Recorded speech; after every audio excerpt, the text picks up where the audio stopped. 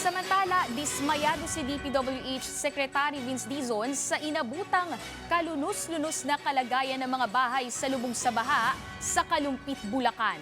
Tiniyak ng kalihim mga garang pagtatapos ng mga flood control projects na napabayaan. Yan ang sentro ng balita ni Elijah Canlas. Personal na napakinggan ni Public Works Secretary Vince Dizon ang hinaing ng mga residente sa Kalumpit, Bulacan sa kanyang inspeksyon sa lugar. Suportado ng mga residente ang flood control project ng kagawaran na makababawas sa pagbaha. Pero ang tanging hiling nila, magkaroon ng maayos na malilipatan. Humingi na ako kay Secretary Banoy ng 100 unit para dito sa mga tatamaan ng project natin sa Bulusan, sa Quezon, tsaka sa Frances. Kahapon, ginabas na nila yung resolution ng sanggunian para doon sa relocation. No? So, in the meantime, kung kailangan na nilang umalis, bibigyan muna natin sila ng pangrenta nila. Sakay ng bangka, binagtas ni na Secretary Dizon at ng mga tauhan ng DPWH ang Pampanga River para personal na tingnan ang sitwasyon sa Barangay Bulusan at Frances. Gayon din ang kapalit ng ampaw na dike sa kahabaan ng Bagbag River sa Barangay Calizon. Kita mula sa ilog na lubog pa rin sa tubig baha ang ilang kabahayan dahil sa tuloy-tuloy na pagulan, bunsod ng habagat na lalong nagpataas sa level ng tubig.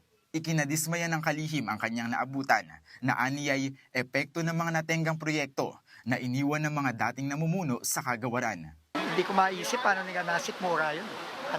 Talagang nakakadugo ng puso. So kailangan nga talaga ayusin na natin lahat ng mga binaboy nila dito. Iko-correct natin lahat ng mga ginawang either ghost o substandard. Ayusin natin yon. Inaasahang matatapos ang flood control project para sa 3 barangay sa Marso ng susunod na taon, kasabay ng pagbuo ng permanenteng pabahay para sa mga apektadong residente. Samantala, hindi rin pinalampas ni Dizon na inspeksyonin ang sirasirang kalsada sa daang Maharlika Highway sa Baliwag, Bulacan.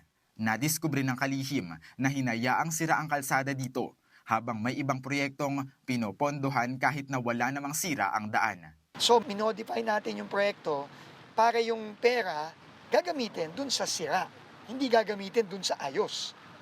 Diba? So, finally, naayos na and humingi na ako ng paumanin kay Mayor, tsaka kay Kong, tsaka sa mga tao dito.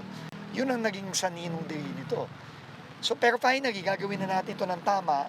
Giit ni Dizon, tuloy-tuloy ang kagawaran sa pagpapaigting at pagpapabilis sa mga natenggang flood control at infrastructure projects para maibsan ang perwisyo sa mga residente, lalo na sa panahon ng tag-ulan. Elijah Canlas para sa Bayan.